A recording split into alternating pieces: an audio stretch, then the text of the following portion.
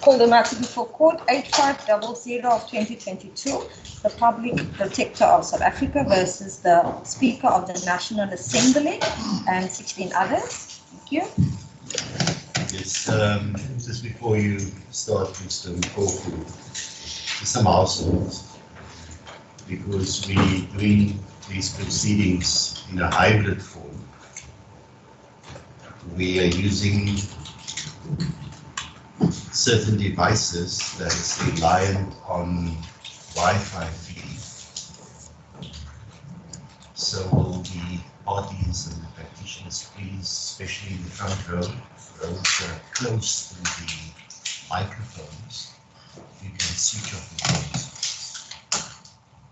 We had a perfect picture on the feed this morning. Suddenly when people started using their cell phones, it affected the feed.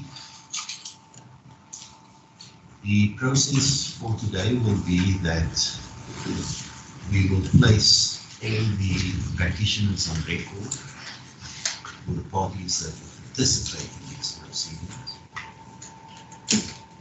Thereafter, I take it there's an agreement from certain of the respondents and the applicant that one party will address us. Thereafter, Mr. Badlinda SC is on the virtual platform. I believe that he wants to address the court, or will it be Mr. Bishop that's in the courtroom here? If the take works, will be Mr. Badlinda. So I'll put that up in case the take that. Just for the parties that and the public that might be following, the bench is constituted as follows. For myself, Erasmus J. presiding, with my brothers Delamo and Villa. We will deal with this matter as a full bench. There was a request from the parties from the start of the founding affidavit that the request will be made that a full bench be constituted, and they requested that we attempt as far as possible to have a senior bench if such exists. Of course, all judges are equal, except that some of us have been serving longer than others. So unfortunately for myself, I drew the short end of the stick to preside in the session. Also for the public to be aware that we've had a number of case management engagements between the bench and the practitioners. So some of the things you might not know of the arrangements that were made, I've asked my registrar to make available to the media in particular a full set of electronic papers that have been filed in this matter, including the heads of argument of counsel, as well as the case management meetings, recordings, and transcriptions, so that everything that happens insofar as it relates to this matter is done in a transparent and public way, and people can follow. Yes, Mr. Mkhwebane, you are appearing for the applicant. As this is my lords, I appear for the applicant together with my learned friend, Mr. Shabalala. I want to convey the apologies of my other junior, Ms. Mkhwebane, who was not able to talk. Thank you, Mr. Mkhwebane. Mr. Breitenbach. As it pleases the court, together with my learned friends, Mr. Naidu and Mr. Tofi, I appear for the first and second respondents. Thank you, Mr. Breitenbach. Ms. Pillay. As the court pleases, Justices, I appear for the third respondent. My junior, Mr. Lefty, apologizes that he's unfortunately not able to make it. Thank you. Mr. Badlinda, are you with us on the virtual platform? I can see. I am Judge Erasmus. I hope you can hear me. I can hear you well. Thank you very much, my lord. I appear for the fifth respondent, together with my learned friend, Mr. Bishop. And he's physically present. He is indeed. Thank you, Mr. Badlander. Mr. Masuku. Honorable Justices, together with Mr. Similane, we appear for the UDM and the ATM, political parties represented in the National Assembly. So on the quorum that was sent out, you will note that the political parties represented in the National Assembly is cited as the 4th to the 17th respondents. The UDM is the 10th respondent, and the ATM is the 11th respondent. That's just for the record. Yes, thank you. Have the parties agreed as to who will address us on the application before us this morning? Thank you, my lord. My lord, I will address the court on the argument between the parties as your lordship, the presiding judge has alluded to. The applicant and the first, second, and third, 10th and 11th respondents have agreed to ask the court to postpone this matter to Wednesday 18th and Thursday the 19th of May 2022. Number 2, there has been an unfortunate development relating to the application in the Constitutional Court brought by the public protector, the applicant, for decision of parts of the Constitutional Court's judgment on the 4th February 2022. 3, the postponement is sought inter alia to seek clarity about that and to preserve the integrity of the judicial process going forward. No other costs. Cost.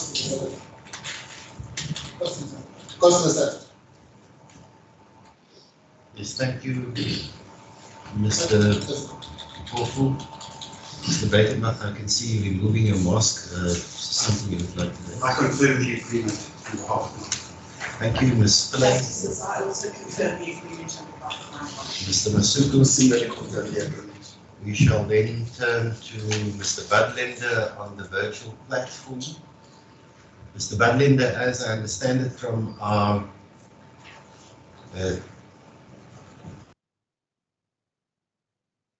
we had a telephonic meeting early this morning that you are not in agreement with the postponement sought by the other parties in this matter, so the floor is yours.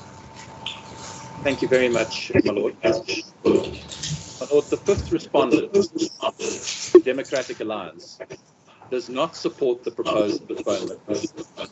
It is of the view that there is no proper basis for a postponement and that postponing the matter will lead to delay and prejudice in relation to the processes regarding the public protector. However, the fifth respondent notes that the remaining participating parties have agreed to a postponement, and therefore, purely as a matter of pragmatism and practicality, the fifth respondent does not object to the proposed order being granted.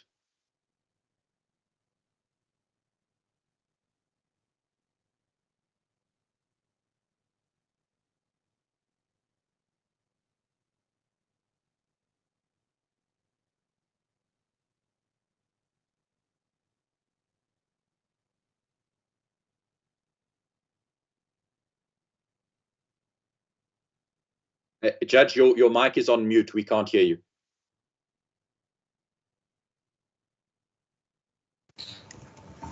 Thank you. We were alerted yesterday afternoon to certain unfortunate developments that might impact on the hearing of the matter. We were initially in a telephonic consultation between myself as the presiding judge and all the senior counsel representing litigants in this matter, and scheduled a case management meeting for last night where the three judges and all the counsel, the senior counsel, were involved and resolved that we will continue the discussions this morning after the bench had the opportunity to consider the developments and the impact it might have on the conduct of the matter. Early this morning, we met as the bench. We reflected on the developments. We were then informed by the practitioners representing the parties herein that they needed more time as they were in discussions. Hence, those that are on the virtual platform more particularly, you would have been informed yesterday in the course of the day that our planning was to start at 9 o'clock this morning. You would then have had an updated invite to reschedule for 10 o'clock and thereafter to reschedule for 10:15. This delay was as a result of the parties being in discussions and engaging us as a bench again on a telephonic conference call to inform us of the agreement between all the parties save for the fifth respondent. We had time to consider the proposed agreement and we are seized with this matter and will be hearing the matter in the event that it is postponed. We are prepared since the middle of last week. We were ready to hear the matter today.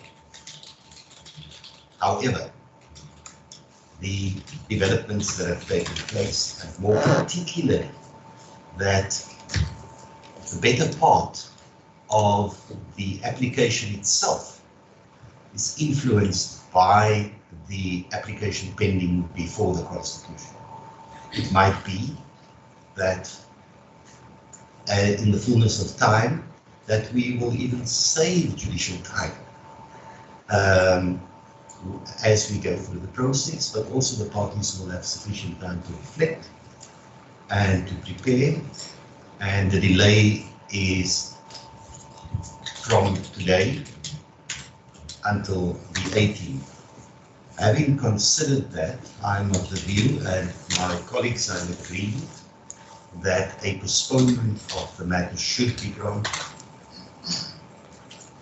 that cost should be reserved, and that we can deal with that in the fullness of time when the matter is fully ventilated. The matter is therefore postponed for hearing before the full court on the 18th and to continue on the 19th of May 2022. We are not sure at this stage which form it will take. For today and tomorrow, we planned a full hybrid sitting for today, and tomorrow being a public holiday and not inconveniencing court staff and administrative support staff, we decided in the case management meetings that tomorrow would have been fully virtual, so that it will only be the judges from the court side that would commit working on the public holiday and not trying to intrude on people's leisure time otherwise.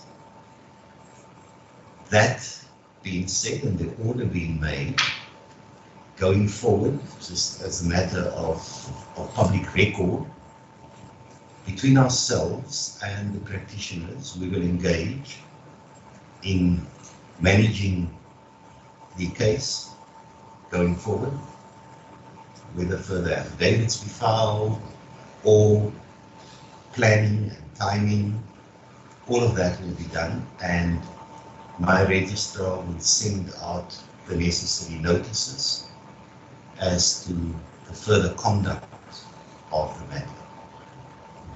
I know that by yesterday that the parties were engaging also on the allocation of time when the matter is heard.